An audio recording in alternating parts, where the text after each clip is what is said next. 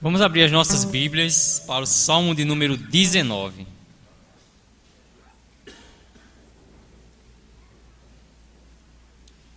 Salmos de número 19.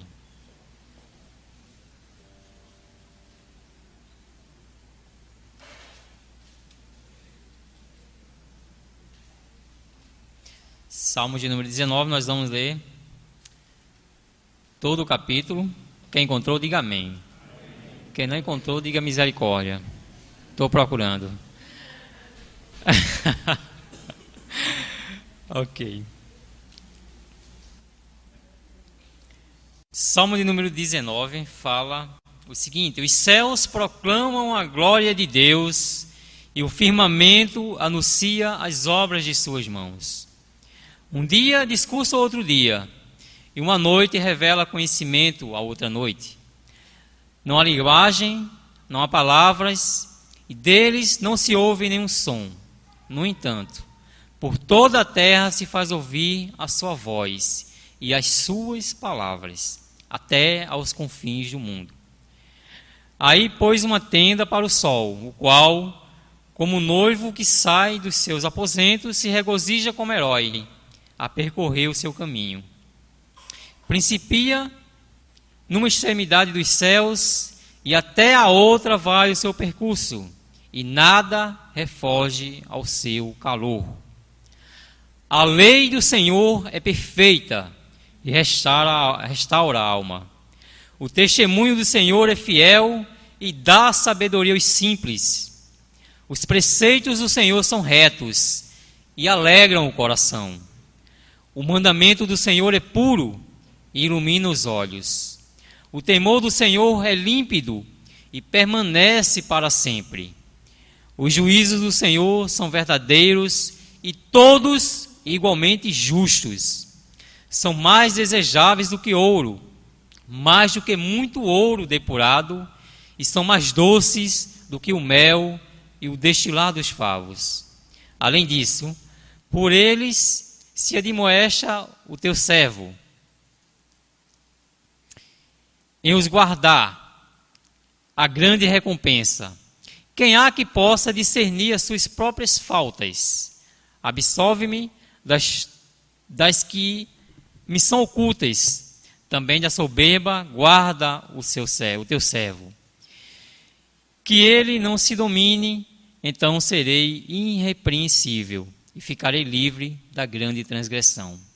As palavras dos meus lábios e o meditar do meu coração sejam agradáveis à tua presença, Senhor, rocha minha e redentor meu.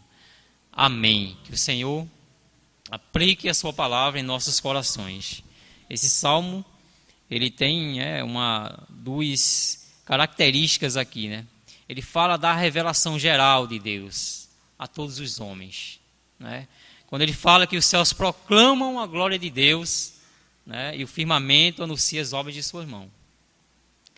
Então, nenhum homem, nenhum sequer, é indesculpável diante de Deus. E também esse salmo aqui, ele traz algumas revelações específicas a cada um que é filho de Deus. Gostaria que o irmão Jonatas, por favor, nos elevasse a Deus em oração pela leitura da palavra. Altíssimo Deus e Pai, graças te damos por mais uma vez estamos aqui reunidos para aprender da tua palavra, para prestar culto a ti, ó Pai, e agradecemos pela tua palavra, como ela pode chegar a nós, como ela pode chegar a nós, ó Pai, possamos estar cada vez mais buscando a cuidar em nossas vidas. Senhor, governamos hoje à noite, que o Senhor possa estar à frente de tudo, fazendo com que tudo possa correr e é pela tua vontade. Em nome de Jesus. Amém. Amém. Como ela pediu.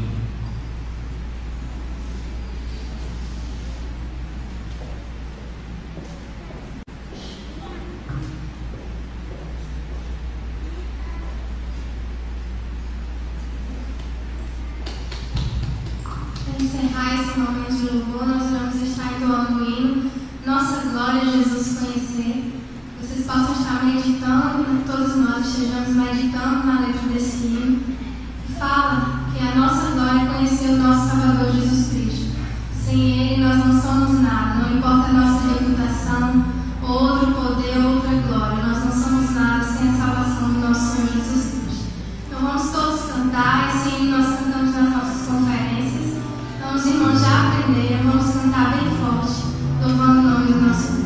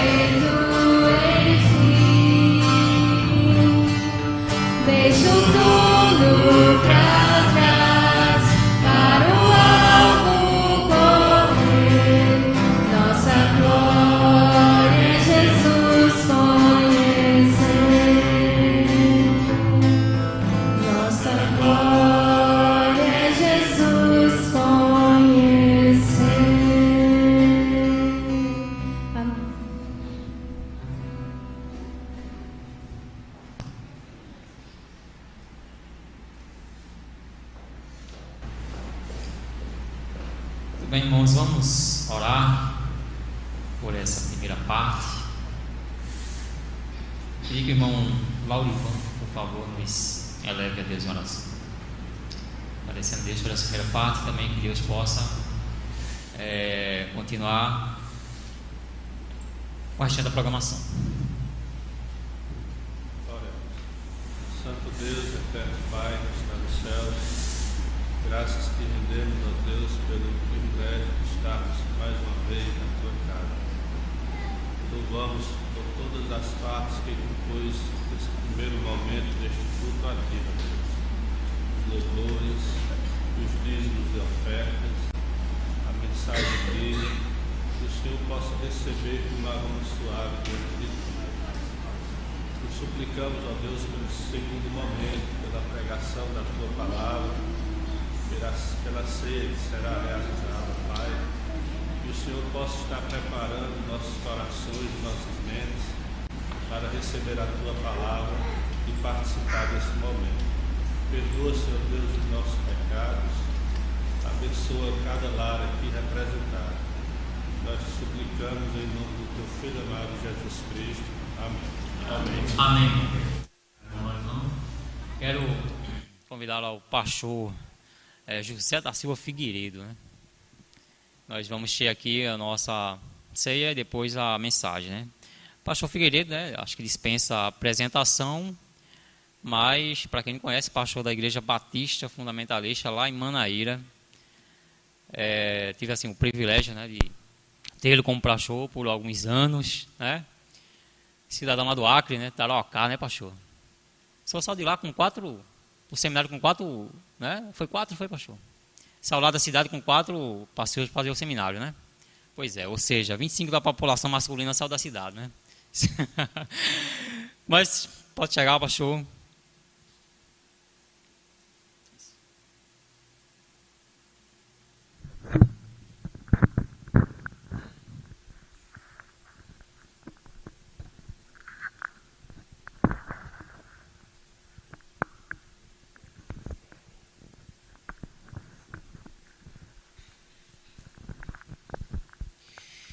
Queridos irmãos, boa noite a todos.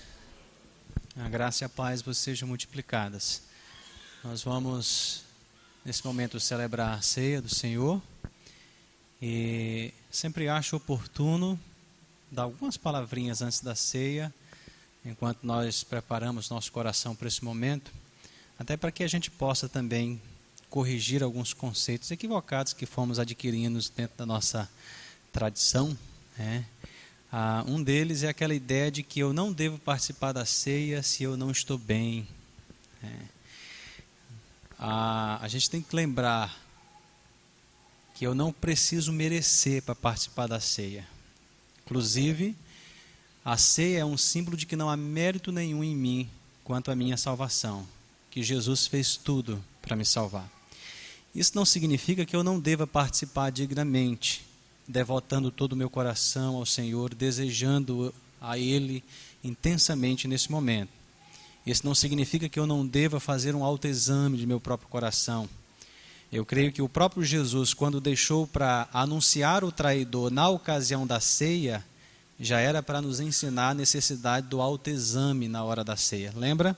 Quando Jesus estava celebrando a ceia com os discípulos, um de vós há de me trair. E eles começaram a olhar para si mesmos e dizer, acaso sou eu, Senhor? Depois vem o apóstolo do Senhor, Paulo, ensinando que examine-se, pois, o homem a si mesmo, e assim coma do pão e beba do cálice. Então não é deixando de participar da ceia que estaremos fazendo a coisa certa.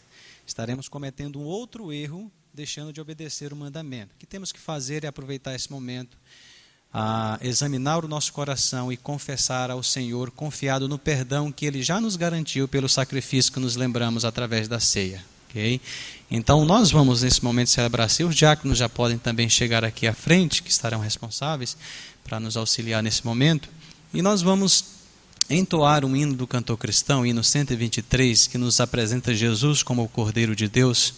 Enquanto isso, os irmãos estejam também de forma íntima, orando a Deus, examinando o seu coração e confessando os seus pecados ao Senhor, e então participando da ceia dignamente e adorando ao Senhor nesse momento. Vamos louvar ao Senhor com o hino 123. Vamos cantar num tom um pouco mais solene, enquanto os irmãos também estejam examinando a si mesmos nesse momento. Tá bom?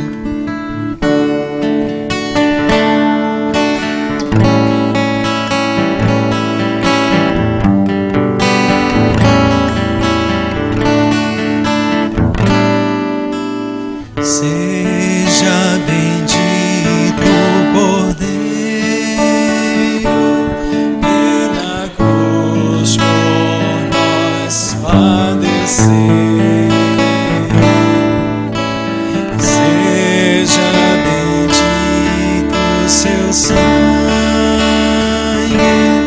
que por nós pecadores verteu.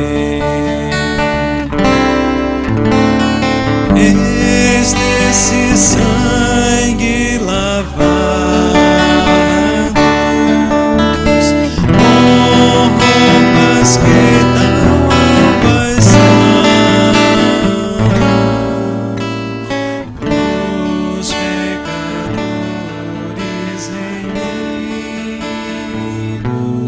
que perante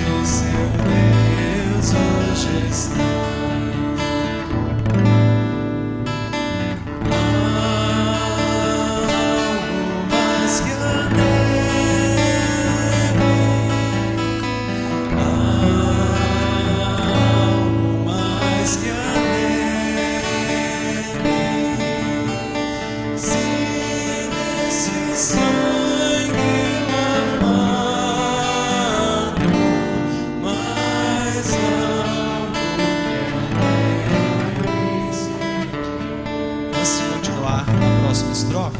Nós vamos orar a Deus, dando graças pelo pão. E os irmãos ainda terão oportunidade de confessar ao Senhor, de examinar a si mesmo, antes de definitivamente comermos o pão. Nós vamos então orar ao Senhor, dando graças pelo pão.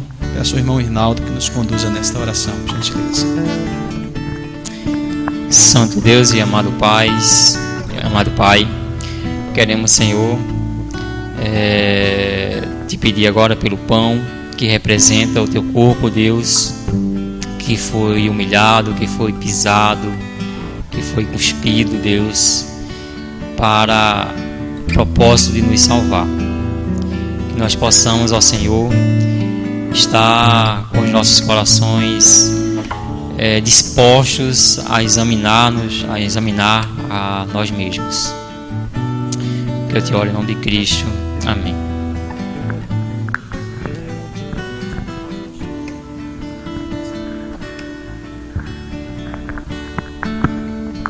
Nós vamos também orar agradecendo pelo cálice, para que os dois elementos sejam entregues simultaneamente. Vamos, Alanis, por gentileza. Oremos.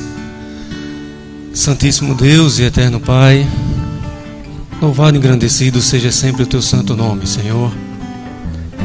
Nós te agradecemos e te louvamos e bendizemos o teu santo nome pelo sangue de Cristo, o sangue da nova aliança, o sangue derramado na cruz por nossas vidas, ó Deus, mesmo sem merecermos.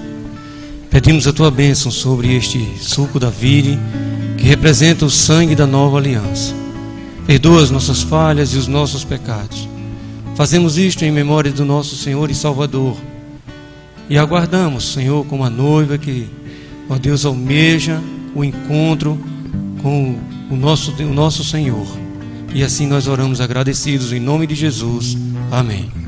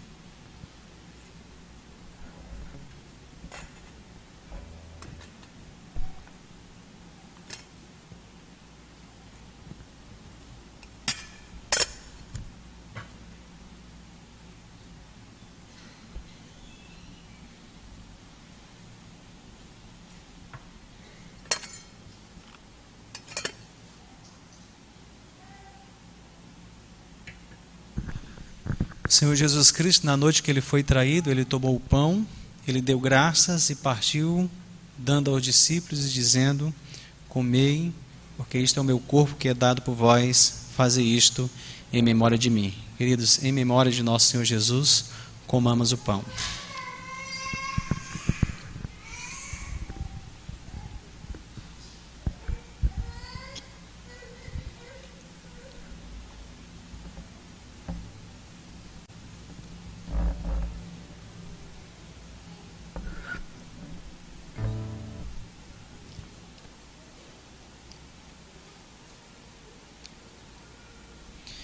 Por semelhante modo, depois de haver ceado, tomou também um cálice, dizendo: este cálice é a nova aliança em meu sangue.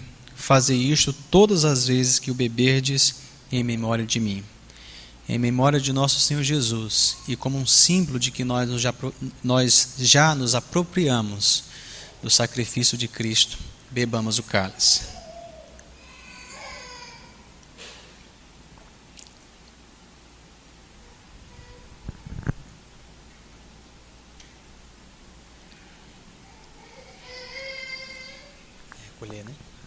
Vamos louvar a Deus com o hino 142, Pão da Vida, enquanto os cálices serão recolhidos.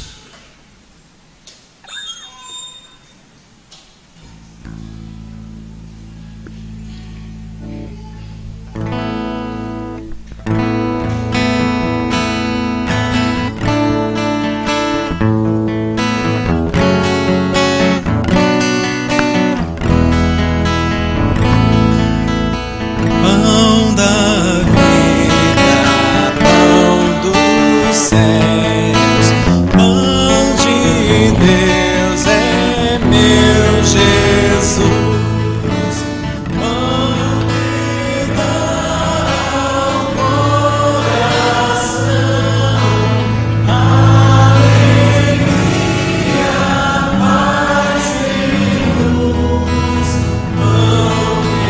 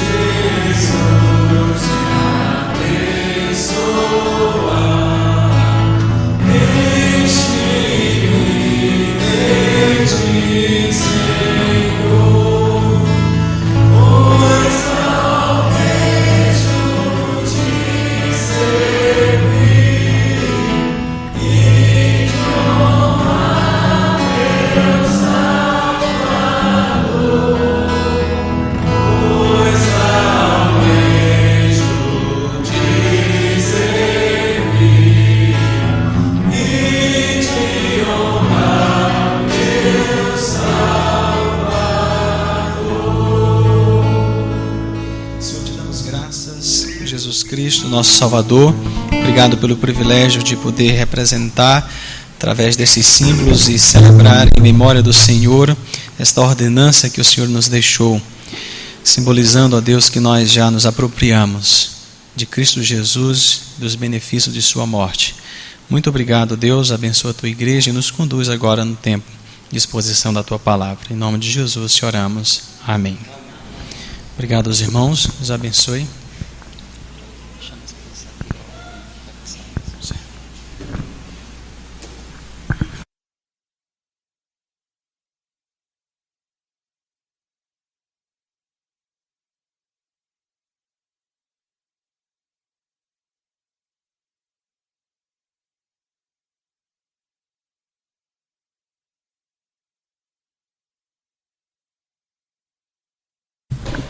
dedicarmos tempo para a meditação na palavra de Deus, as crianças, chega aqui à frente, né, para a gente orar pelo tempo também que terão de aprendizado das Sagradas Escrituras.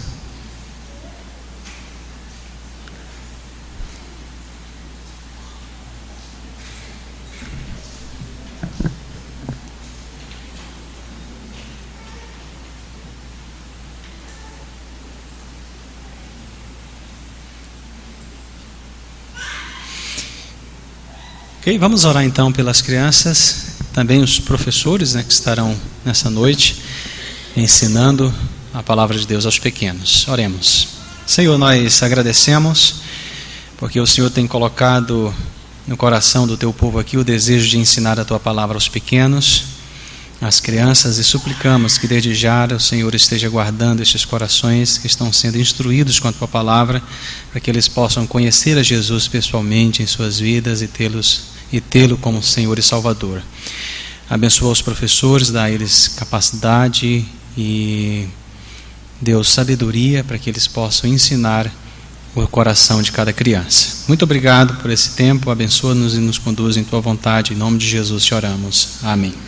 Deus abençoe as crianças, também os professores. Nós teremos o tempo agora para meditar na palavra do nosso Deus.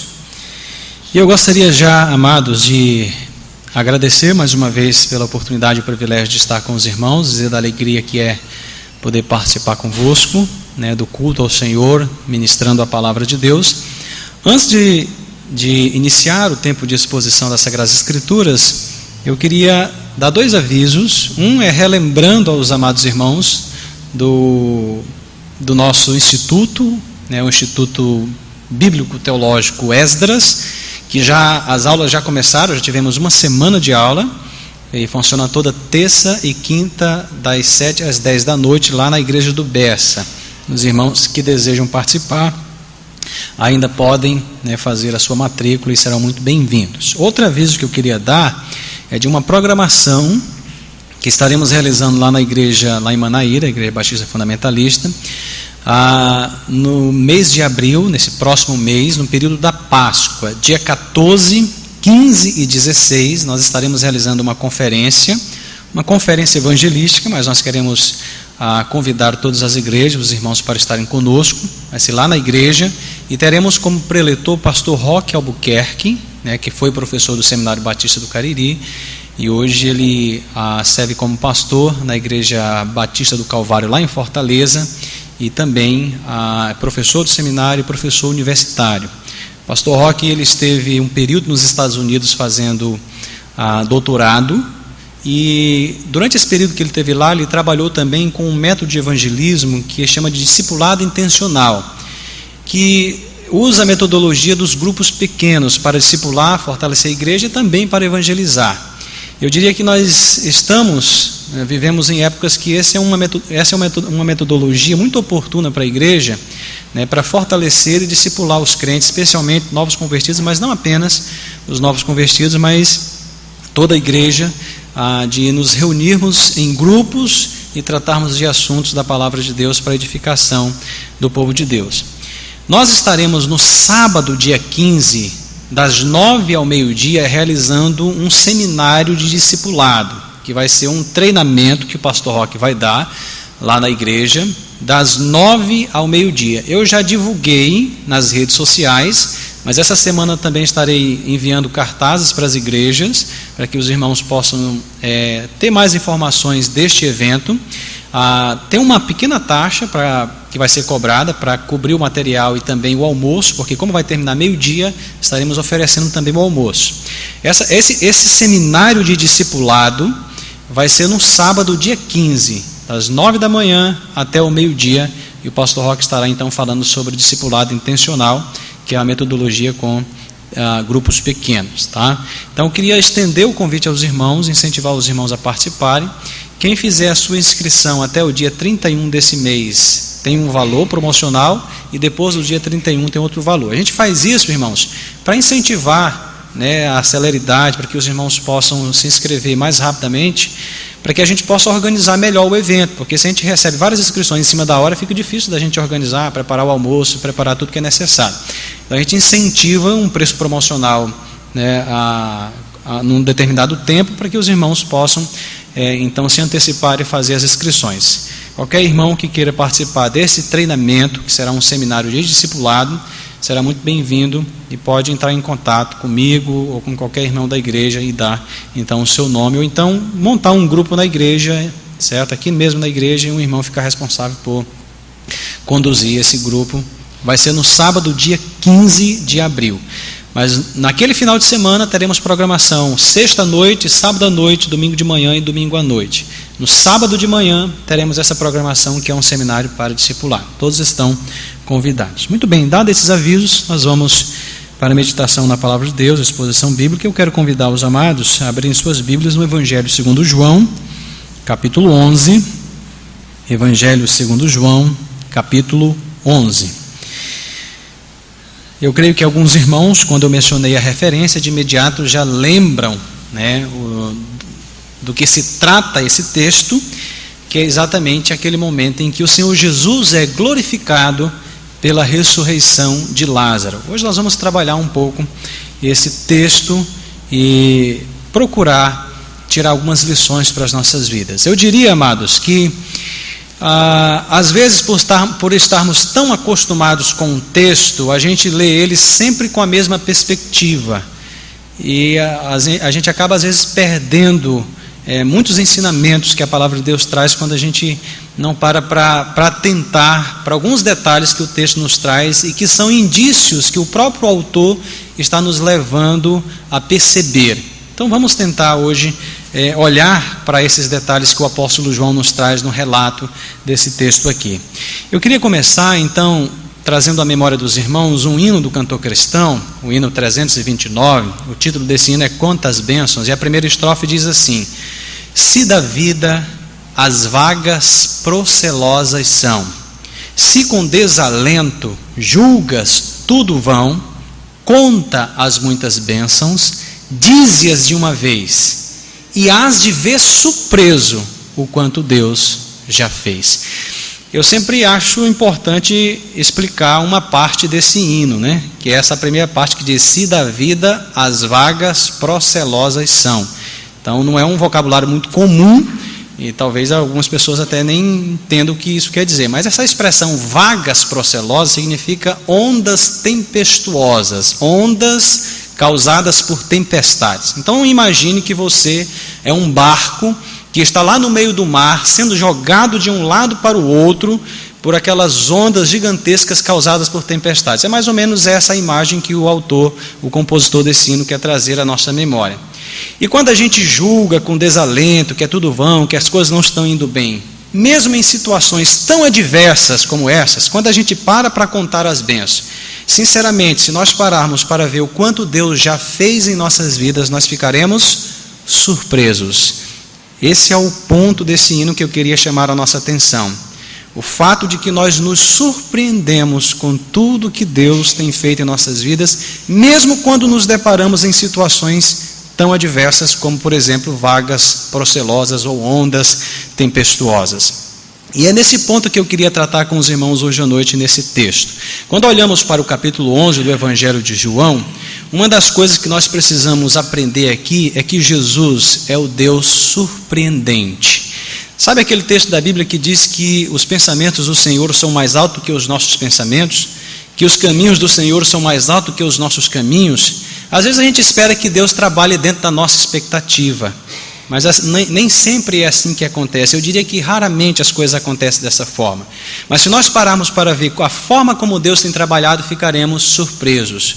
Talvez uma das conclusões que Jó chegou, mesmo diante de suas provações, quando percebeu a providência de Deus na execução dos seus planos, foi essa: ele se sentiu surpreendido por saber que Deus tudo pode e que nenhum dos seus planos pode ser frustrado. Vamos pensar um pouco sobre isso, irmãos, e nós vamos olhar para esse milagre que Jesus realizou aqui no Evangelho de João como um milagre cheio de surpresas, tá bom? Vamos pensar sobre essa ideia e daqui então aprendermos que Jesus é o Deus surpreendente, que Ele nem sempre age de conformidade com nossas expectativas, pelo contrário, Ele nos surpreende quando nós paramos para analisar as obras que Jesus tem realizado.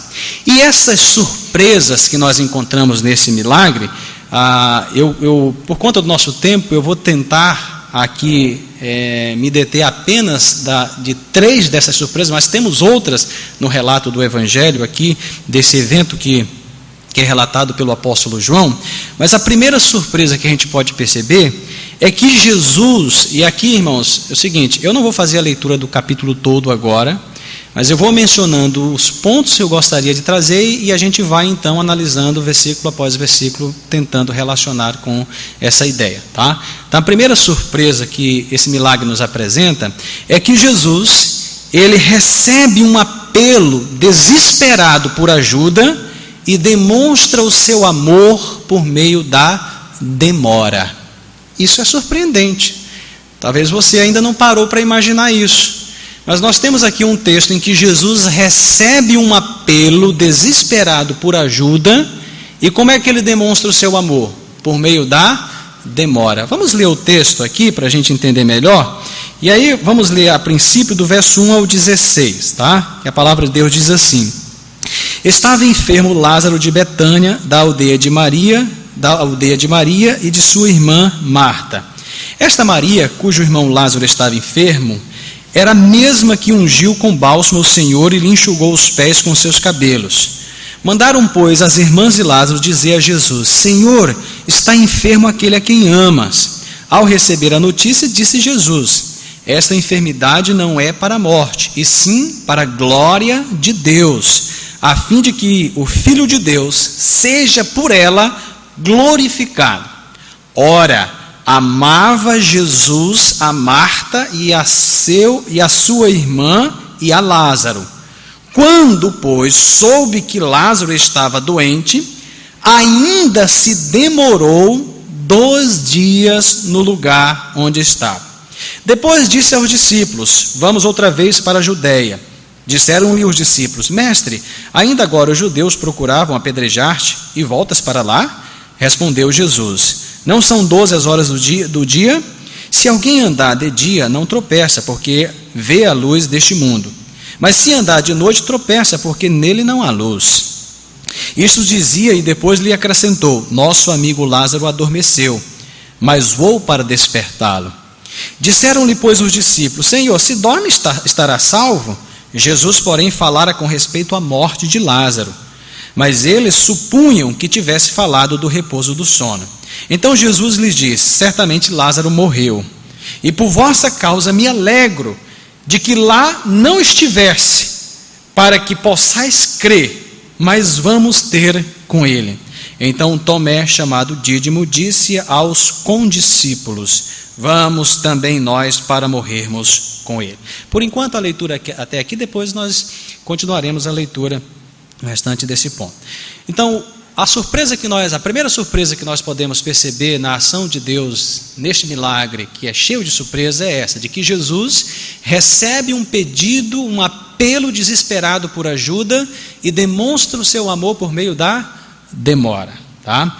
A narrativa aqui do texto começa nos dando algumas informações sobre os personagens envolvidos, certo? Lázaro e suas irmãs, e até identifica quem é essa Maria. É a mesma que ungiu os pés de Jesus na ocasião em que ele estava em um banquete com uma pessoa conhecida de Lázaro, do convívio de Lázaro. E aí, depois de dar essas informações dos personagens envolvidos nessa história, eu diria que os personagens que estarão diretamente afetados pelo acontecimento que houve ali, pelas coisas que aconteceram ali, aí no versículo 3, então, apresenta a narrativa, o apóstolo João, na sua narrativa, traz aqui esse pedido de ajuda. As irmãs de Lázaro mandaram uma pessoa até Jesus e dizer a ele que Lázaro estava enfermo. Irmãos, é interessante aqui esse pedido de ajuda, porque, não sei se os irmãos já pararam para observar esse detalhe, mas quando as irmãs de Lázaro mandam esse pedido de ajuda a Jesus, eles não apelam ao amor que Lázaro tinha para com Jesus, tipo assim: olha, está enfermo aquele que te ama, como se pelo amor que Lázaro tivesse por Jesus, Jesus então fosse levado a atender esse pedido. Mas é interessante como eles identificam não o amor que Lázaro tem para com Jesus, mas o amor que Jesus tem para com Lázaro. E isso faz toda a diferença. Eu diria que no nosso relacionamento com Deus, nós não temos, por exemplo, que barganhar com Ele ou colocar diante dele as nossas ações como motivação para que Ele nos atenda diante de alguma situação. Mas nós temos que apelar à sua graça, ao seu amor. Então as irmãs dizem assim: está enfermo aquele a quem tu amas. Então elas apelam ao amor de Jesus.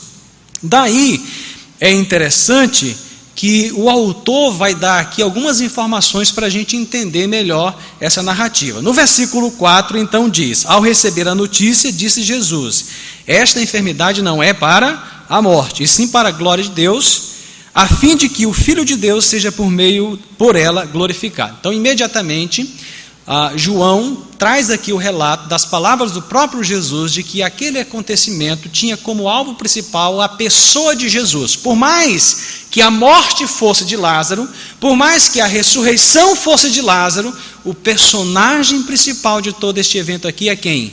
É Jesus Cristo. Porque essa enfermidade, ela não se encerraria com a morte. Você pode dizer: mas pastor, e Lázaro não morreu? Sim. Mas eu diria que as coisas não finalizaram com a morte. Eu diria que da perspectiva dos acontecimentos, as coisas finalizaram com a ressurreição. Mas ainda esse não era o propósito. O propósito de tudo aquilo que estava acontecendo era o quê? Era que Deus fosse glorificado na pessoa do Senhor Jesus Cristo. Para que por meio daquilo que iria acontecer, Jesus fosse glorificado. Irmãos, quando a gente estuda a Bíblia, e se a Bíblia nos apresenta um propósito diante de um relato, se esse era o propósito naquela época, esse tem que ser também um propósito nos nossos dias. Ao lermos esse texto e nos depararmos com as surpresas que esse milagre nos traz, de igual modo nós precisamos glorificar a Deus em Cristo Jesus por aquilo que Ele fez naqueles dias. A pessoa central de todo esse relato não é Lázaro, não é a sua ressurreição. Lázaro é apenas mais eu diria assim, mais um personagem envolvido em toda essa situação, em todo esse evento. O personagem principal é Jesus, e é para ele que nós temos que focar os nossos olhos. É muito comum a gente identificar esse texto como a ressurreição de Lázaro, não é isso? João 11 fala do quê? Fala da ressurreição de Lázaro. Não, João 11 fala da glória de Jesus ao ressuscitar um homem morto há 4 dias.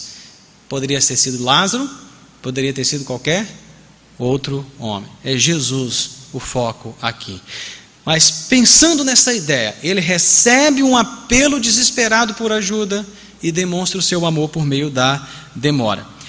Logo depois que João apresenta as palavras de Jesus, identificando qual é o propósito por trás de tudo aquilo que iria acontecer, no versículo 5, João agora faz questão de mencionar um dos pontos aqui, a base desse primeiro ponto que eu estou colocando. Ele diz o quê? Ora, amava Jesus a Marta e a sua irmã e a Lázaro. Ele faz questão de deixar claro, de ratificar, de tornar algo sólido o fato de que Jesus realmente os amava, certo? Jesus realmente os amava, e ainda menciona cada um individualmente. O apóstolo João, dirigido pelo Espírito Santo, coloca então esse comentário aqui para mostrar que de fato Jesus os amava. Aí vem o versículo 6, que diz assim: quando, pois, soube que Lázaro estava doente. No original, eu diria que a forma mais adequada da tradução desse texto é: portanto, quando soube que Lázaro estava doente, ainda se demorou 2 dias no lugar onde estava. Por que eu estou dizendo isso? Porque nós vamos perceber uma relação, uma ligação entre o versículo 5 e o versículo 6. Ou seja, porque ele amava, ele demorou mais 2 dias. Isso é surpresa para nós, por quê? Porque a gente entende que aquilo que se espera é que alguém que de fato ama atenda ao pedido imediatamente. Mas a forma como o João coloca aqui a narrativa é bem interessante, porque ele vai demonstrar que era exatamente porque Jesus amava aquelas pessoas que Jesus demorou mais 2 dias no lugar aonde estava. Isso é surpreendente. E aqui a gente vai perceber que diante desse apelo desesperado por ajuda, Jesus demonstra o seu amor por meio da demora. Ele demorou mais 2 dias. É por isso que eu digo, Jesus, o Senhor, Ele não trabalha dentro das nossas expectativas, né? Para nós, isso aí deveria ser atendido imediatamente. Poxa, Jesus ama Lázaro, Jesus ama as suas irmãs, né? Se não faz isso pelo amor que tem por Lázaro, pelo menos pelo amor que tem para com as suas irmãs, né? Lembra lá como Marta servia a Jesus tão vigorosamente, como Maria sentada aos pés de Jesus, ouvindo tão atentamente a Jesus, e Jesus não vai atender esse pedido desesperado, esse apelo desesperado por ajuda, mas é exatamente porque Jesus ama que ele demora mais 2 dias no lugar onde ele estava. E aí, irmãos, outro detalhe que a gente tem que observar é que o apóstolo João ele vai contextualizar o lugar onde Jesus estava. No versículo 7 diz assim: depois disse aos discípulos, vamos outra vez para a Judéia. Isso nos dá mais ou menos uma indicação. Quando a gente volta, por exemplo, lá para o capítulo 10 e o versículo 40, a gente vai ter uma descrição do lugar onde Jesus estava.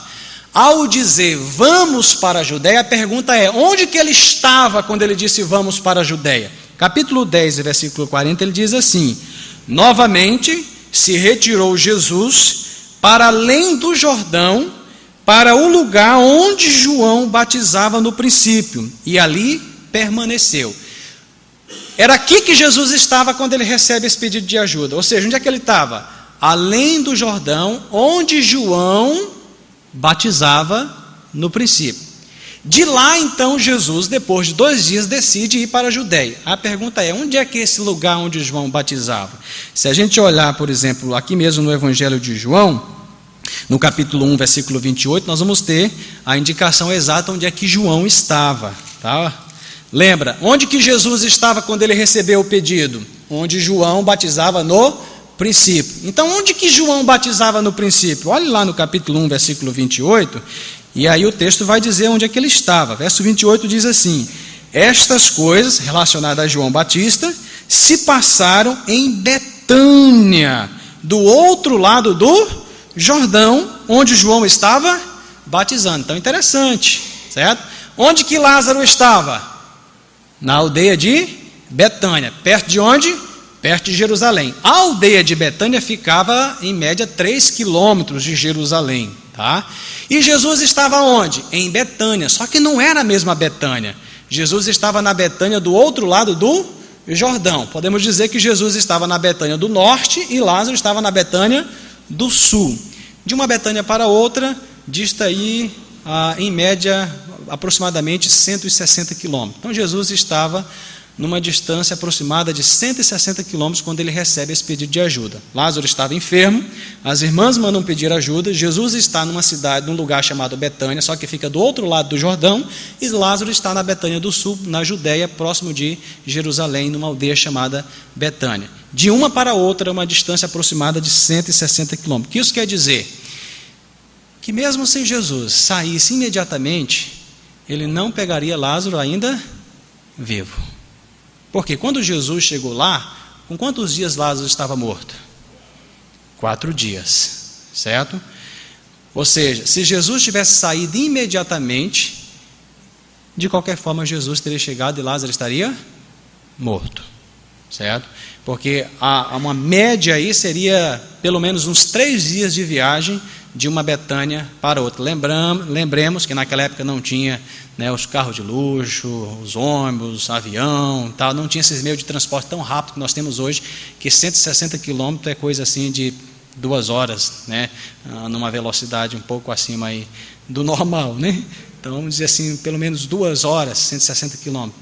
Não era assim naquela época. Então eles viajavam geralmente a pé, numa quantidade de pessoas com quem Jesus geralmente estava rodeado dos discípulos, eles não tinham transporte suficiente para andarem tão rápido, certo? E eles também geralmente não viajavam de noite, né, por conta dos perigos e todas as dificuldades.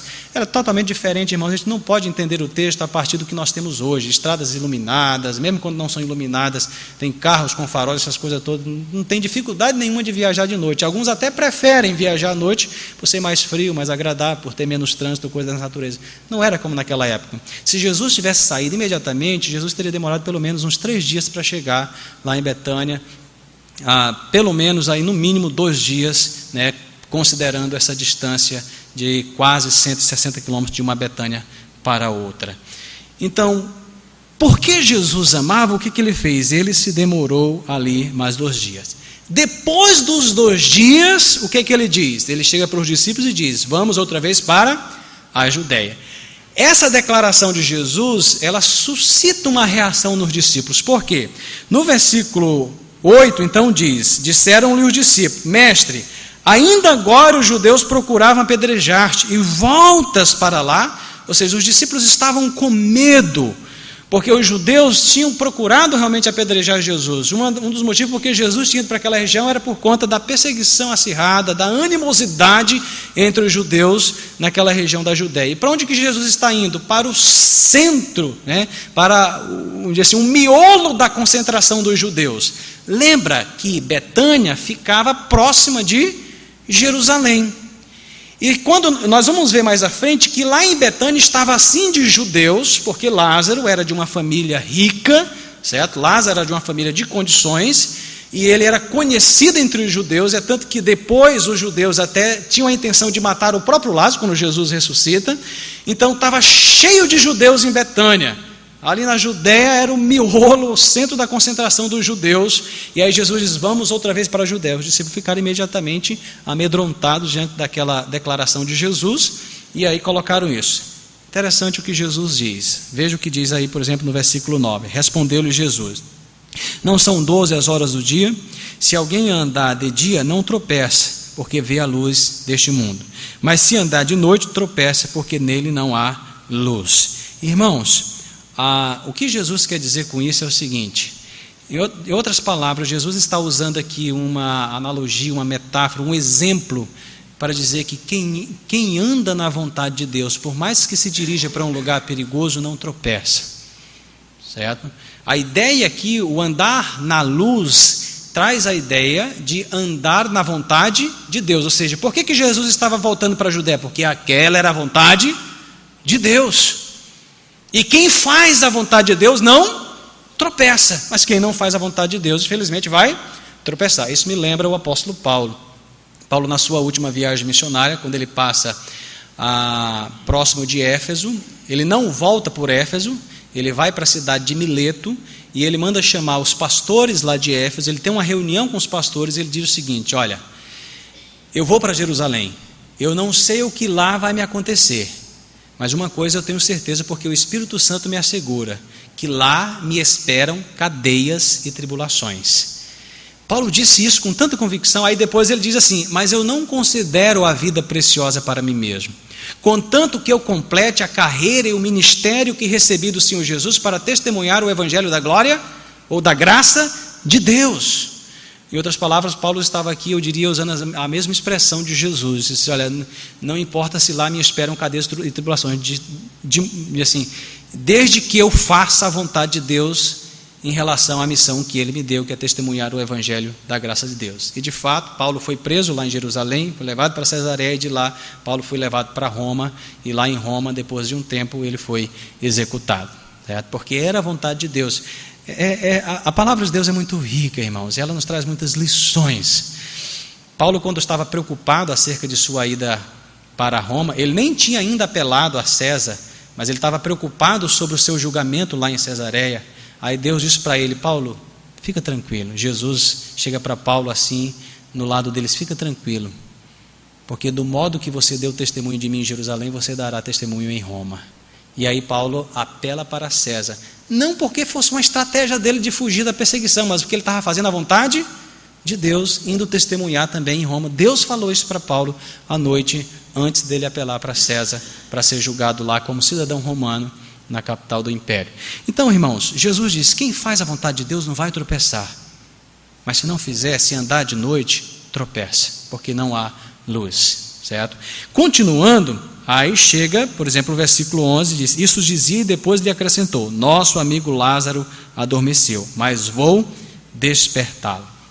De agora em diante nós temos aí essa descrição do texto, desse evento em que Jesus fala da morte de Lázaro. A princípio os discípulos entendem que estava falando do fato de que ele estava dormindo, porque Jesus usa essa expressão. Depois Jesus esclarece que de fato Lázaro morreu, e aí vai para lá.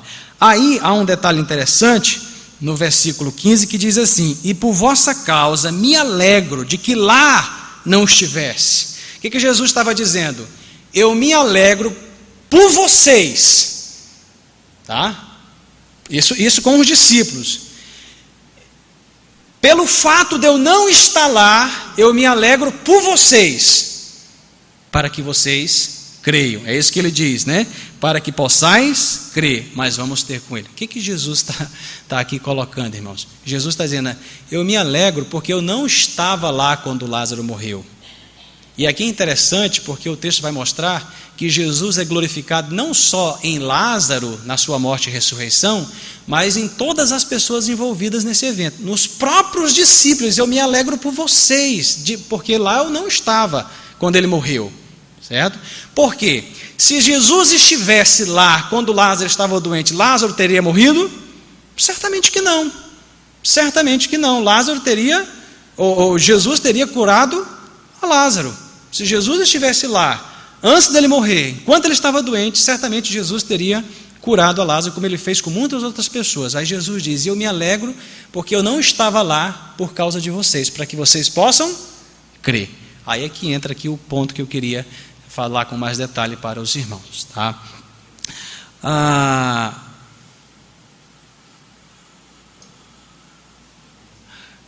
Como que a gente entende que é uma surpresa, ou que é um milagre surpreendente, o fato de Jesus receber um apelo desesperado por ajuda e demonstrar o seu amor por meio da demora? Irmãos, quando Jesus ressuscita Lázaro, de acordo com o que nós vamos ver mais à frente, o texto vai dizer que Lázaro já estava com 4 dias de morto. Há um apelo de uma das irmãs de Lázaro para não tirar a pedra. Por quê? Porque já cheira mal. O costume de enrolar as pessoas em faixa, quem geralmente fazia isso eram pessoas ricas, tá?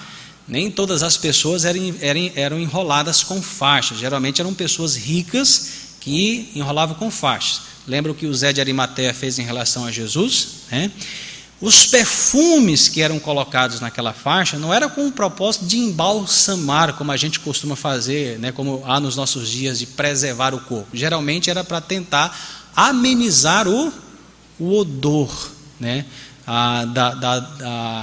do corpo quando ele entrava em estado de decomposição, certo? Havia entre os judeus naquela época uma superstição, uma crendice de que quando uma pessoa morria, a alma da pessoa se separava do corpo e ficava pairando sobre o corpo por 3 dias. Depois do 3º dia, quando a alma via que o corpo já estava ficando disforme, ou seja, quando ele já estava entrando em estado de decomposição, então a alma se apartava definitivamente do corpo. Era uma superstição que havia entre os judeus. Aí o que eles diziam? Eles diziam que enquanto a alma estava sobre o corpo, era possível a ressurreição. Depois que a alma se separava, isso era um processo irreversível, não tinha mais como ressuscitar. Para a gente, assim, quando a gente lê o texto sem considerar essas coisas que haviam naquela época, a gente fica assim meio que sem entender, né? Mas por que 4 dias, essas coisas todas? Mas para as pessoas daquela época isso era coisa perfeitamente, assim, eles conseguiam perceber isso claramente. O que Jesus está fazendo? Jesus demora exatamente para que ele seja glorificado na ressurreição de alguém que para as pessoas que estavam ali era considerado como algo irreversível. De modo que, se Jesus tivesse ressuscitado Lázaro no segundo dia, no terceiro dia, né, alguém disse, mas aí é possível reverter esse processo de morte, é possível trazer a alma de novo para o corpo, e talvez a gente não tivesse o relato de um milagre tão surpreendente como nós temos, como esse aqui no Evangelho de João, no capítulo 11. Então, não é difícil a gente imaginar de onde é que surge essa crendice, né? As pessoas naquela época, elas não tratavam uma pessoa morta, um corpo, como nós fazemos hoje em dia. Então, o que é feito hoje em dia? A pessoa morre, é levada lá para a funerária ou para o IML, e é feito todo um processo, né? Há alguns países em que é feito em que eles fazem lá um processo para preservar o corpo, para que ele fique vários dias sendo exposto, mas geralmente é feito isso. Então, vai para um lugar, há todos os cuidados ali, e aí o corpo é colocado num caixão para ser apresentado no momento de velório, okay? Mesmo com todo o avanço da medicina, de todas essas coisas, nós ainda temos casos, né, dizer assim, não tão recentes, mas de pessoas que foram dadas como mortas e que depois se levantaram, porque às vezes o coração está apenas ali fibrilando, não dá para perceber os sinais vitais ou coisa assim. Imagina em épocas como aquelas do primeiro século, antes de Cristo, em que não tinha todo esse avanço e às vezes não era possível detectar aqueles sinais vitais que estavam ali quase que indetectáveis, né? Então não é difícil imaginar por que surge isso, uma crendice como essa, ou seja, talvez muitas pessoas foram dadas como mortas. A gente nem precisa ir tão distante, né? Eu diria que século XX, início do século XX, muitas pessoas foram dadas como mortas e depois, quando estavam sendo levadas, bateram no caixão, abriram, levantaram, estavam vivas, por quê? Não morreram de fato, mas tinham sido dadas como mortas. Então, imagina naquela época pessoas sendo dadas como mortas depois, né, e aí não demoraria 4 dias de fato, 1 dia, 2 dias depois, levantando, então é porque a alma voltou para o corpo. Então surge essa superstição, essa crendice entre os judeus, a ideia de que a alma ficava sobre o corpo durante 3 dias, e nesse período era possível reverter a morte, tá? Depois de 3 dias, a morte era irreversível, porque a alma se separava definitivamente do corpo. O que Jesus faz? Jesus realiza um milagre acima de qualquer suspeita. Jesus realiza um milagre que, para aquelas pessoas, era considerado algo irreversível. Por isso que esse milagre é para a glória de Deus. E aqui está a explicação no fato de Jesus ter demorado. Ele demorou para quê? Para que ele chegasse lá e estivesse a tempo de realizar um milagre considerado impossível pelas pessoas. Que quando Jesus chega, Lázaro já está morto há 4 dias. Irmãos, essa é uma coisa que a gente tem que parar para refletir em nossas vidas, tá? Por exemplo, é muito difícil ensinar para uma criança a ideia de adiar, de esperar, né? Não espere, o que a criança quer? Não, eu quero agora, não é isso? É muito difícil você dizer assim, não, espere, que depois eu vou lhe dar. Não, eu quero agora, se não dá agora, começa a chorar, espernear, aquela coisa toda, porque quer agora. Às vezes nós somos assim, como crianças, diante de Deus nós queremos as coisas logo, eu quero agora. Eis uma das dificuldades que nós temos para orar, certo? Eu diria que a oração, para nós, se torna uma coisa tão difícil porque ela está na contramão daquilo que a gente geralmente faz. Por exemplo, nós vivemos uma vida muito corrida, muito atarefada, muito ocupada, né? Sempre fazendo coisas, sempre ali em movimento, sempre... E a oração requer o quê? Quietude. Jesus diz o quê? Entra no quarto e fechada a porta, orarás ao teu pai que te vê em secreto, né? Orarás em secreto ao teu pai, e ele que te vê em secreto te recompensará. A oração requer quietude. Então é difícil para a gente. Outra coisa, nós vivemos na época do imediatismo, queremos as coisas para ontem. Você chega para comprar uma coisa, ou chega assim, eu vou mandar fazer aí alguma coisa. Rapaz, você contrata alguém para fazer um serviço na sua casa.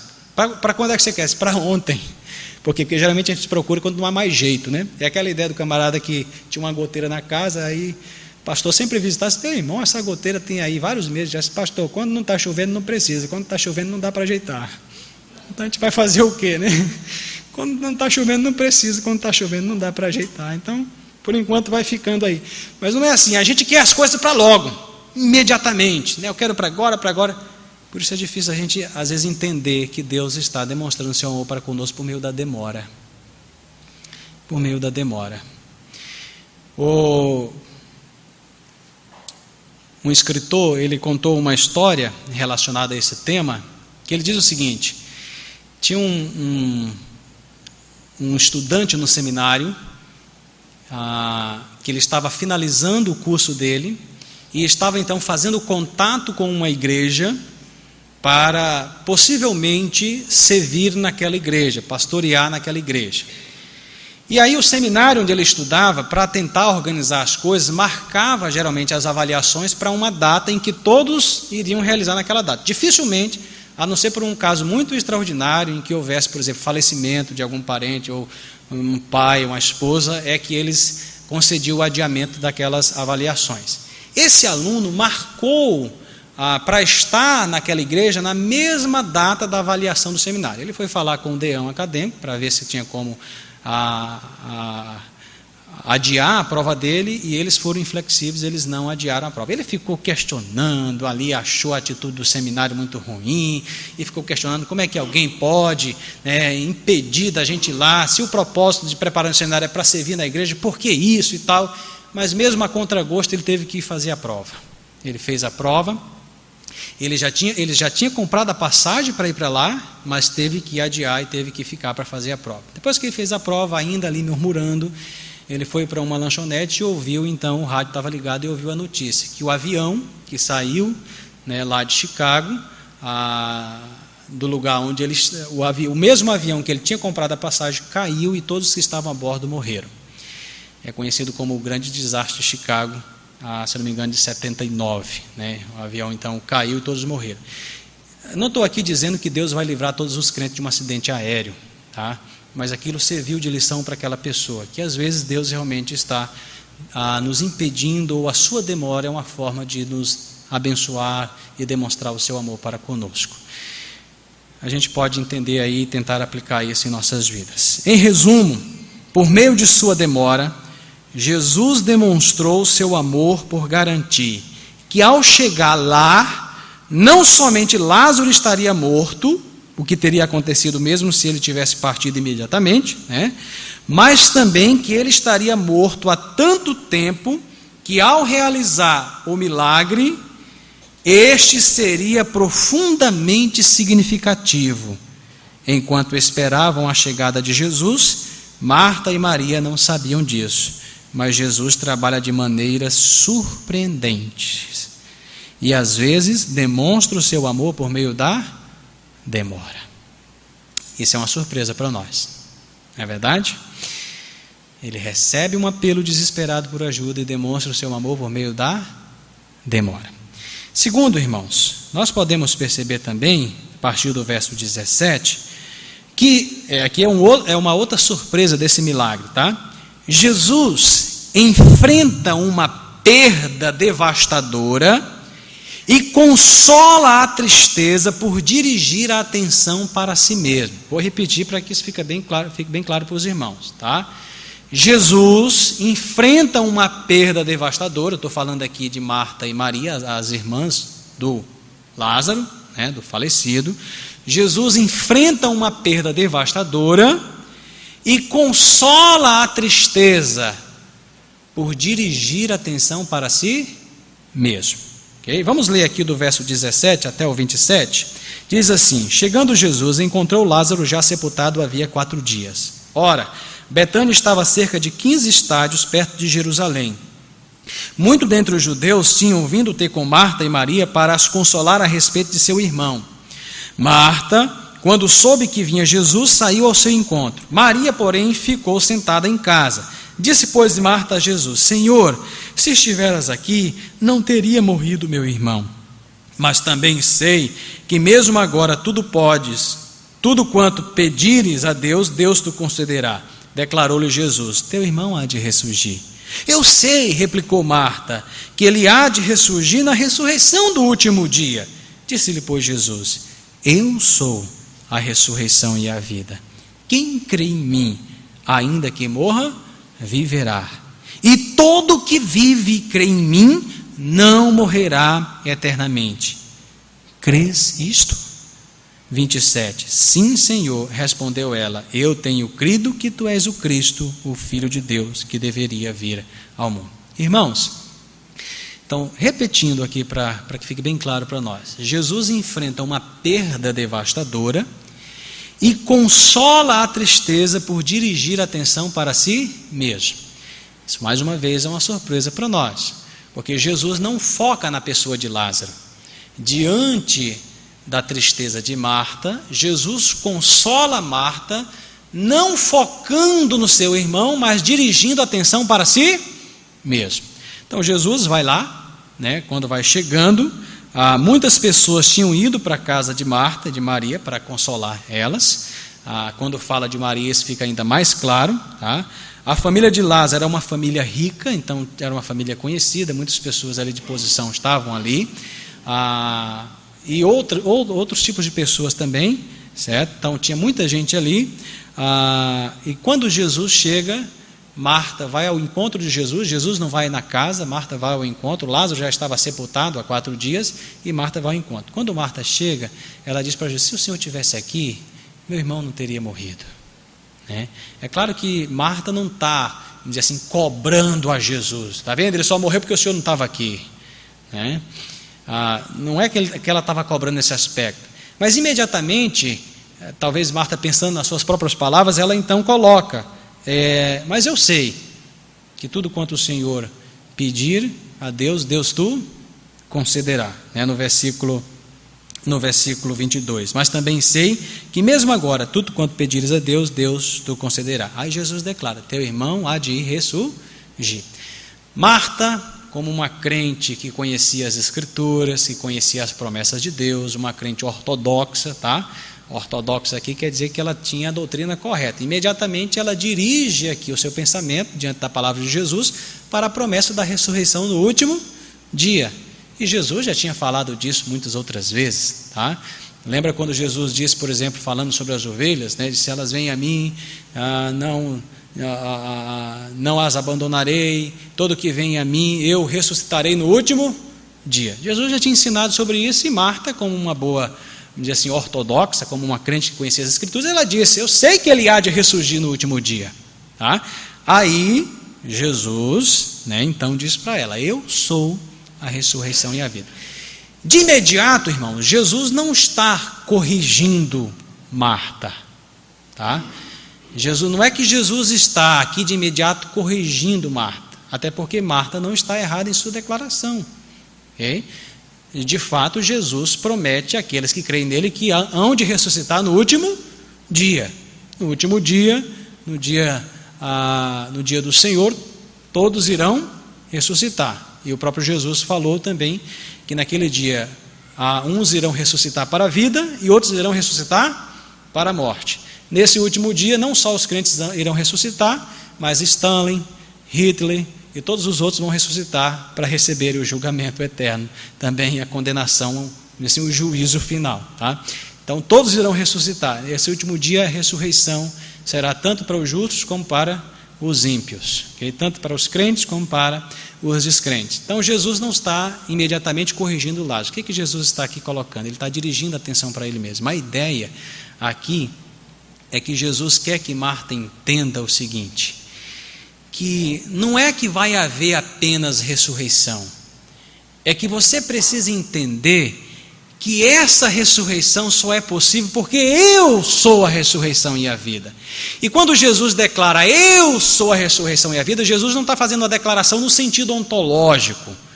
A ideia aqui, irmãos, é a seguinte, é que tão somente Jesus é o provedor da ressurreição e da vida eterna, que sem Ele, nem essa ressurreição do último dia existiria. Entende o que Jesus está colocando? Okay? De imediato ele não está corrigindo. Okay? E é claro que quando Jesus diz que vai ressuscitar, Jesus está falando também da ressurreição que ele vai operar daqui a um pouco de tempo. Mas quando ele diz, eu sou a ressurreição e a vida, não é uma declaração no sentido ontológico, mas é uma declaração no sentido de que tão somente é Jesus que providencia a ressurreição e a vida, que sem Ele não há nem ressurreição e nem vida eterna. Então, o que ele quer dizer para Marta? Marta, entenda uma coisa: eu sou a ressurreição e a vida. Sem mim, nem a ressurreição do último dia existe. O que Jesus está fazendo? Está dirigindo a atenção de Marta para Ele mesmo. Isso é surpreendente, irmãos. Porque às vezes quando a gente se depara com uma situação de perda, de dor, de dificuldade, às vezes a gente quer encontrar explicação nas coisas e consolo nas coisas. Mas o que Jesus está fazendo aqui? Ele está consolando Marta, dirigindo a atenção dela para Ele mesmo. Não é só no fato de que no último dia a gente vai ressuscitar. Não é só no fato de que, por exemplo, ausente do corpo, presente com o Senhor. Mas que nós só podemos estar presente com o Senhor quando estamos ausentes do corpo por causa de Jesus. E é para Ele que nós temos que dirigir a nossa atenção. Na perda mais devastadora pela qual nós passamos, é para Jesus que nós temos que dirigir a nossa atenção e glorificar ao Senhor Deus nele. Não estou dizendo aqui, por exemplo, que numa situação de perda você não mencione, olha, mas fulano, né, era uma pessoa assim e tal. É o que geralmente se faz. Isso não é suficiente, irmãos. Não estou dizendo que é errado fazer isso, mas isso não é suficiente. O nosso real consolo está em Jesus. Quando Paulo escreve aos Coríntios, ele diz o quê? Que Deus é o Deus de toda a consolação. Então é nele que nós temos que focar. É para Ele que nós temos que dirigir o nosso olhar. Eu creio que Paulo compartilha dessa visão quando ele escreve lá em Romanos, no capítulo 5, ele diz assim: justificados, pois, mediante a fé, temos paz com Deus, por intermédio de nosso Senhor Jesus Cristo, por meio de quem obtivemos igualmente acesso a esta graça. E gloriamo-nos na esperança da glória de Deus. E não apenas isso, mas nos gloriamos nas próprias tribulações, sabendo que a tribulação produz perseverança. A perseverança produz experiência. A experiência produz esperança. E a esperança não confunde, porque o amor de Deus é derramado em nossos corações pelo Espírito Santo que nos foi outorgado. O que Paulo está nos ensinando, irmãos? Que muitas vezes, diante de uma situação de perda, de dor, de sofrimento, nosso pedido é que Deus alivie o nosso sofrimento. Mas mais importante do que isso, e eu creio que é isso que Deus quer que nós entendamos, que mais importante do que o nosso sofrimento seja aliviado é que a gente tenha o nosso caráter moldado, que a gente tenha esperança messiânica, esperança escatológica, esperança da vida eterna, e que esse sofrimento nos ajude quanto a isso, a olhar para Jesus, olhar para o Senhor Jesus Cristo. Esse milagre ele é cheio de surpresa. Vamos para a terceira parte para a gente encerrar. Estou vendo que o tempo já está ali se esgotando. É de 9 horas que acaba, né? De 9 horas? Tá bom, então deixa eu correr para a gente ir para a última parte aqui então, tá? Então já vimos duas surpresas. A primeira, Jesus recebe um apelo desesperado por ajuda e demonstra o seu amor por meio da demora. Segundo, Jesus enfrenta uma perda devastadora e consola a tristeza por dirigir a atenção para si mesmo, tá? Ele é a maior de todas as consolações. Ele é tudo que nós precisamos. E terceiro e último, que eu queria trazer para os irmãos hoje à noite, Jesus confronta a morte implacável e revela a sua soberania sobre ela em lágrimas de indignação. Vou repetir para que fique claro para os irmãos. Jesus confronta a morte implacável e revela a sua soberania sobre ela em lágrimas de indignação. Vamos ler do verso 28 em diante, até o momento em que ele ressuscita Lázaro, rapidamente. A partir do verso 28 diz assim: tendo dito isto, retirou-se e chamou Maria, sua irmã, e lhe disse em particular: o mestre chegou e te chama. Ela, ouvindo isto, levantou-se depressa, foi ter com ele, pois Jesus ainda não tinha entrado na aldeia, mas permanecia onde Marta se avistara com ele. Os judeus que estavam com Maria em casa e a consolavam, vendo-a levantar-se depressa e sair, seguiram-na, supondo que ela ia ao túmulo para chorar. Quando Maria chegou ao lugar onde estava Jesus, ao vê-lo, lançou-se-lhe aos pés, dizendo: Senhor, a mesma coisa que disse Marta, né? Se estiveras aqui, meu irmão não teria morrido. Jesus, vendo-a chorar, e bem assim os judeus que a acompanhavam, agitou-se no espírito e comoveu-se. E perguntou: onde o sepultaste? Eles lhe responderam: Senhor, vem ver. Jesus chorou. Então disseram os judeus: vede quanto o amava. Mas alguns objetaram: não podia ele, que abriu os olhos ao cego, fazer que este não morresse? Verso 38. Jesus, agitando-se novamente em si mesmo, encaminhou-se para o túmulo. Era este uma gruta, a cuja entrada tinham posto uma pedra. Então ordenou Jesus: tirai a pedra. Disse-lhe Marta, irmã do morto: Senhor, já cheira mal, porque já é de 4 dias. Respondeu-lhe Jesus: não te disse eu que, se creres, verás a glória de Deus? Tiraram então a pedra, e Jesus, levantando os olhos para o céu, disse: Pai, graças te dou, porque me ouvistes. Aliás, eu sabia que sempre me ouves, mas assim falei por causa da multidão presente, para que creiam que tu me enviaste. E tendo dito isto, clamou em alta voz: Lázaro, vem para fora. Saiu aquele que estivera morto, tendo os pés e as mãos ligados com ataduras e o rosto envolvido num lenço. Então lhes ordenou Jesus: desatai-o e deixai-o ir. Só até aí, para a gente então finalizar aqui a nossa exposição. Tem muitas outras coisas, muitas outras surpresas aqui também nesse texto, mas eu queria finalizar com essa aqui. Então Jesus, ele confronta a morte implacável e revela a sua soberania sobre ela em lágrimas de indignação. Continuando a narrativa, Marta volta, chama Maria, Maria se encontra com Jesus, e quando Maria sai de lá, ela não vai sozinha, acompanha os judeus que tinham vindo para lá para consolar. Lembra que Lázaro era de uma família rica, né, de condições, tinham pessoas ali, vários judeus, e não só esses judeus, irmãos, mas naquela época havia um costume de quando a pessoa morria, a família contratava pranteadores, para que não cessasse o choro, né? A gente ainda pode perceber isso em alguns contextos, por exemplo, lá entre os muçulmanos, em alguns lugares ainda há esse tipo de costume deles ficarem pranteando em voz alta e chorando.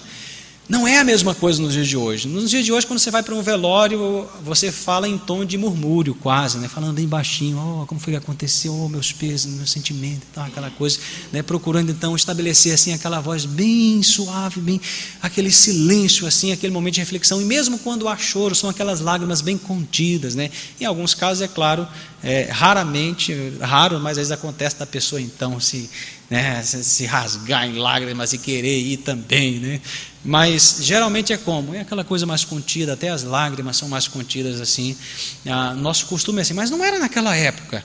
As famílias tinham o costume de contratar pranteadores. Até as famílias mais pobres geralmente contratavam pelo menos 2 flautistas e uma pranteadora, para ficar lá então chorando, se lamentando. E geralmente, né, os flautistas tocavam músicas em tons menores, né, para dar aquele clima assim mais fúnebre, mais sombrio. Então eles ficavam ali quase que ininterruptamente pranteando e chorando pela pessoa que tinha morrido. Irmãos, o que eu estou querendo mostrar aqui é que quando Marta chega lá, ou quando Maria chega para Jesus, diz o texto que ela começou a chorar, e não somente ela, mas aqueles que acompanharam, porque eles pensavam que Maria tinha ido para o sepulcro para chorar, aí acompanharam. Quando Maria se encontra com Jesus, ela chora, e aqueles que foram também. Então o que eu estou querendo dizer para os irmãos aqui é que a cena era de uma gritaria, de um pranto, de uma coisa assim tão alta, né, que quando Jesus vê aquilo, diz o texto aqui, a palavra que é traduzida geralmente em nossas versões é que ele se agitou, mas eu diria que a tradução mais adequada é que ele se indignou. Não é apenas numa agitação no sentido de ficar agitado, mas é no sentido de indignação. Jesus fica indignado diante daquela situação, não indignado com as pessoas em si, mas indignado, irmãos. Aí diz o texto que Jesus chorou. Geralmente a gente pergunta: por que Jesus chorou? Né? Por que Jesus chorou? Um versículo tão conhecido, geralmente se cita como o menor versículo da Bíblia, e nem é, mas tudo bem, né? Então diz que Jesus chorou. A pergunta é: por que ele chorou? O texto diz que ele, indignado, né? Olhando aí, por exemplo, para o versículo 33, vendo-a chorar, e bem assim os judeus que acompanhavam, indignou-se no espírito e comoveu-se. E aí no verso 35 diz: Jesus chorou. Depois, quando algumas pessoas comentaram a atitude de Jesus, novamente no versículo 38 diz: Jesus, agitando-se, ou seja, indignando-se novamente em si mesmo, encaminhou-se para o túmulo. A pergunta é: por que Jesus chorou? Diante daquela, podemos dizer que suas lágrimas são lágrimas de indignação, tá? Jesus chorou porque ele estava indignado. E Jesus estava indignado com o quê?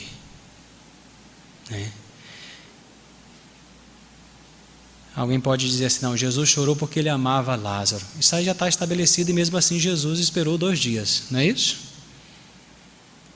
Ou alguém podia dizer: Jesus chorou porque ele estava com saudade de Lázaro. A minha pergunta é: quão sincero é o choro de alguém por outra pessoa, sabendo que daqui a pouco ele vai ressuscitar esse alguém? Então Jesus chorou não é porque Lázaro morreu. Jesus chorou não é porque as pessoas estavam chorando. Mas Jesus chorou, irmãos, eu creio que o texto está nos indicando aqui que Jesus chorou porque a morte existe. O que a Bíblia nos ensina? Que a morte é um inimigo. A morte, ela causa dor. Imediatamente, quando a gente pensa na morte, não tem como trazer à nossa mente o porquê a morte existe, o porquê que ela entrou no mundo, por que existe morte. Por que a morte existe? Por causa do pecado. A morte entrou no mundo por causa do pecado. E a morte, ela causa muita dor, muita tristeza, muito desalento, muita angústia. Mesmo nós sabendo das promessas de Deus, ainda assim nós não nos acostumamos com a ideia de morte. Talvez alguns até admitam que estão preparados para partir, mas quando outra pessoa parte, isso nos afeta muito, não é verdade? Não é verdade? Principalmente se for alguém de nossa convivência, próximo de nós, um ente querido. Isso nos afeta, isso nos deixa muito ainda quebrantado. Então eu creio que Jesus chorou em face da morte, porque a morte existe. E por mais que a gente entenda que a morte é um inimigo já vencido, porque quando Paulo escreve aos Coríntios, ele falando sobre a ressurreição de Jesus, ele diz que por meio da sua ressurreição, não a de Lázaro, a de Jesus próprio, a morte se tornou inimigo vencido. Diz: onde está a morte, o teu aguilhão? Onde está a morte, a tua vitória? Vencida foi a morte pela vitória. Graças a Deus que nos dá a vitória. Que vitória é essa? A vitória sobre a morte. Mas mesmo sabendo que a morte é o inimigo vencido, ainda não chegou o dia dessa vitória ser consumada definitivamente. O dia em que a morte vai ser consumada, a vitória sobre a morte vai ser... Jesus já garantiu a vitória sobre a morte quando ele morreu e ressuscitou. Mas essa vitória será consumada definitivamente quando? Quando a morte e o inferno forem lançados no lago do fogo. É isso que a palavra de Deus nos diz. Jesus chorou por quê? Porque a morte existe. Mas como é que Jesus demonstra a sua soberania sobre a morte? Em lágrimas de indignação, imediatamente ele faz o quê? Ele demonstra que é soberano sobre a morte, trazendo Lázaro à vida. Ele vai e ressuscita a Lázaro. Mais uma vez, irmãos, que eu queria que nós pensássemos aqui é o seguinte: mesmo diante do inimigo mais implacável que se possa existir, que é a morte, que é o último inimigo a ser vencido, Paulo diz isso lá em Coríntios, é o último inimigo a ser vencido. Mesmo diante do inimigo tão implacável como a morte, Jesus é soberano. E ele demonstra a sua soberania nesse contexto aqui em lágrimas de indignação. Indignado, Jesus chora e imediatamente ressuscita Lázaro, demonstrando que é soberano sobre a morte.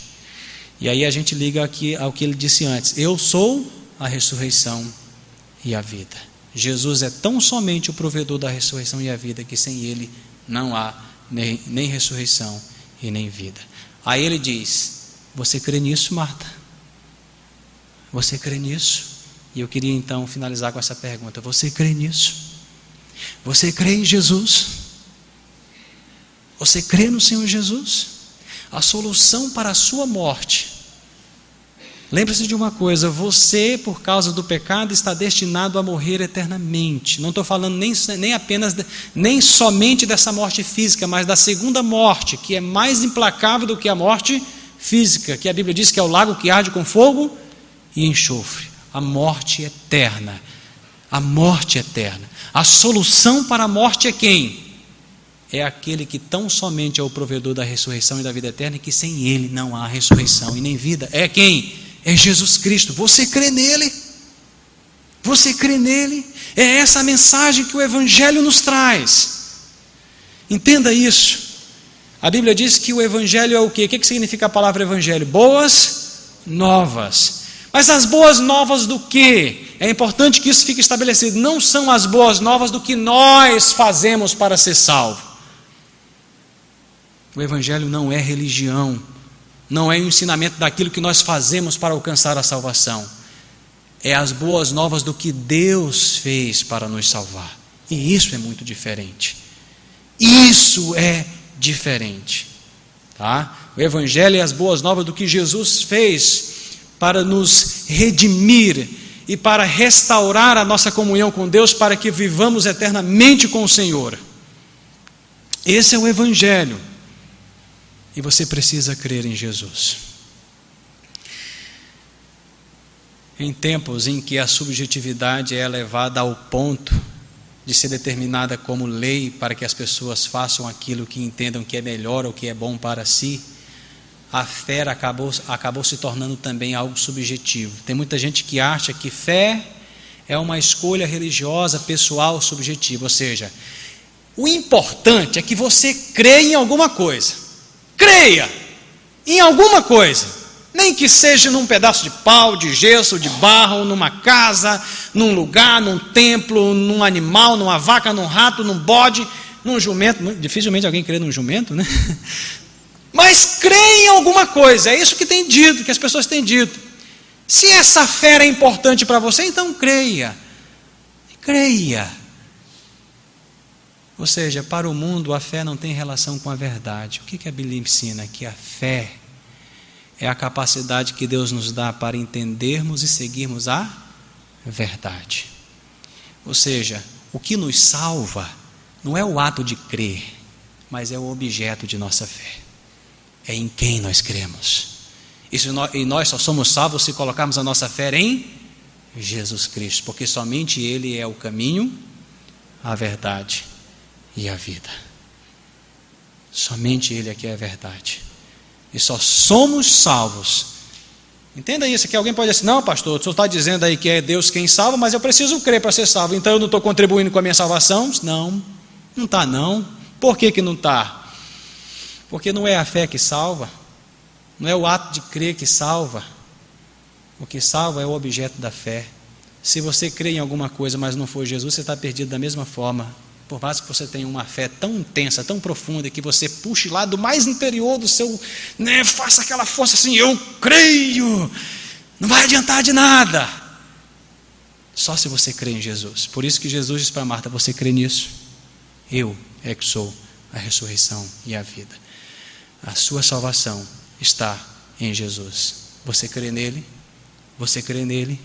Você crê nele? Creia nele de todo o coração. Vamos orar.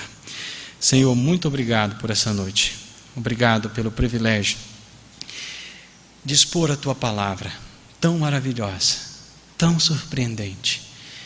Te agradecemos, ó Deus, porque somos agraciados com o Evangelho, as boas novas do que Deus fez para nos salvar, do que Jesus realizou na cruz, morrendo e ressuscitando e declarando a vitória final sobre esse inimigo implacável que é a morte. Nós te louvamos, que por mais que ela ainda causa dor, sofrimento, angústia, a sua vitória, a vitória sobre ela, já é certa e declarada.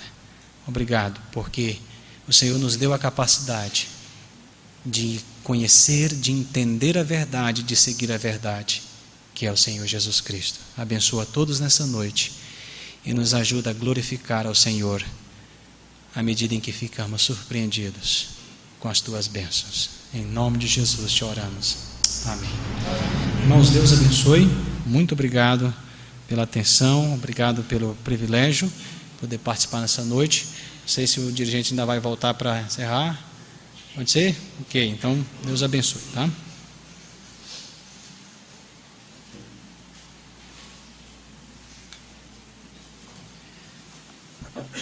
Muito obrigado ao pastor Figueiredo. Obrigado também você que acompanha o nosso culto pela Kadosh, assistindo também pela rádio. Vamos encerrar, irmãos, só aqui alguns avisos rapidinhos.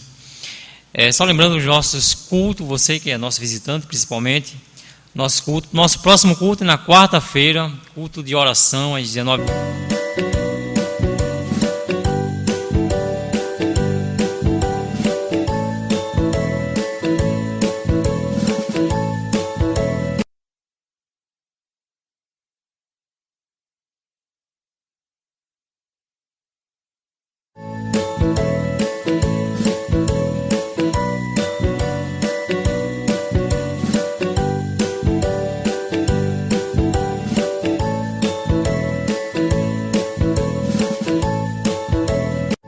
As nossas programações de culto, nós temos outras programações também, né? Na terça-feira tem o futebol, tem os senhores também que se reúnem aí. Tem mais alguma outra coisa no meio de semana? Irmão?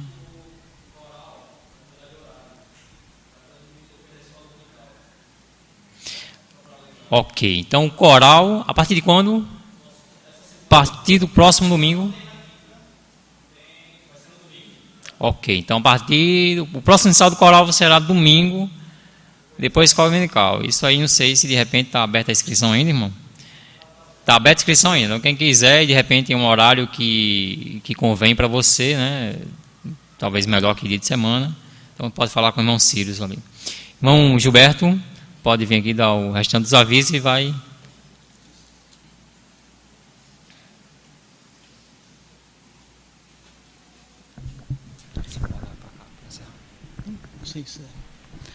Boa noite, irmãos. Também falando da escola de música, além dos instrumentos, nós também temos aula de canto. É isso, Sara? Isso é mais uma sala. Você que não tem habilidade com instrumento, mas pode chegar aí para ter habilidade com sua voz, né? A aula de canto.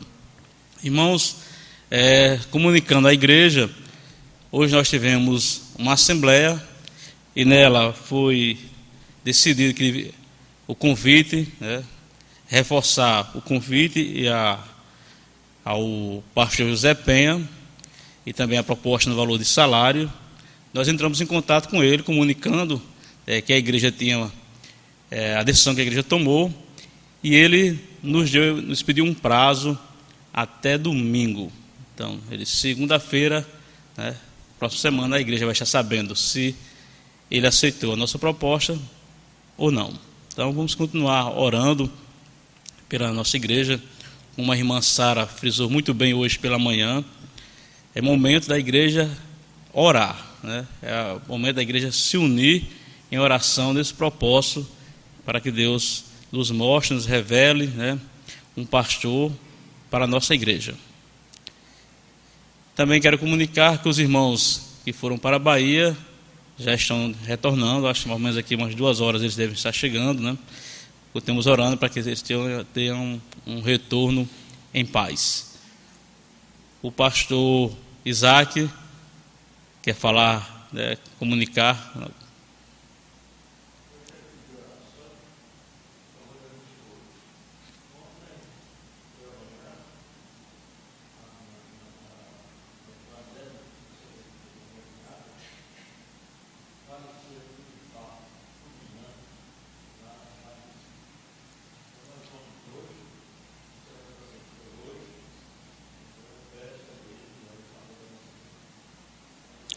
Então, a irmã, orar em favor da irmã Dália.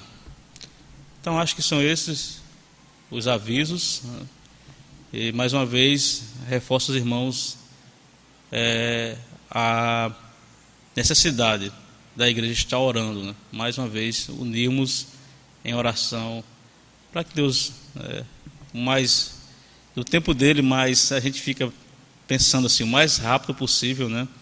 Ele possa estar trazendo um pastor para a nossa igreja. Obrigado.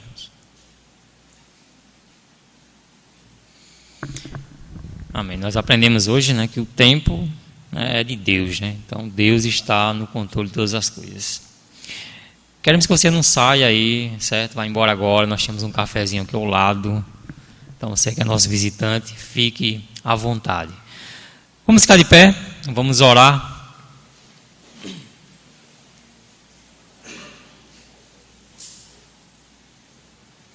Pedi ao irmão, olha só, esqueci o nome do irmão, como é que pode isso? O irmão Alfredo, como é que eu posso esquecer o nome do irmão Alfredo, né? Irmão Alfredo, por favor, nos eleve a Deus em oração, já colocando também a família, né, do irmão, do pastor Isaac. Orem, Senhor Deus, Todo-Poderoso, Pai Eterno, muito obrigado, Senhor, por estarmos aqui reunidos, Senhor, ouvindo a Tua palavra, Senhor. Nós agradecemos, Senhor, pelo pregador de hoje à noite, Senhor. Fez tão bem essa tornação da palavra de Deus, Senhor. Que nossos corações possam absorver bem essa palavra, Senhor, e pôr em prática tudo aquilo que aprendemos, Senhor. Nós também pedimos, Senhor, agradecemos pela vida da irmandade, Senhor, sua família, Senhor, integral. Nós temos os nossos sentimentos pela família e cada vez mais até ânimo, força, coragem para tocar a vida para frente, Senhor, e sempre fazer aquilo para agradar a Deus, Senhor. Nós sabemos que somos pecadores, falhos, Senhor, mas diante da Tua misericórdia, Senhor, estamos aqui falando contigo, Senhor, sem merecer, Senhor. Nós te agradecemos por tudo, em nome de Jesus Cristo. Amém. Amém, irmãos. Boa noite.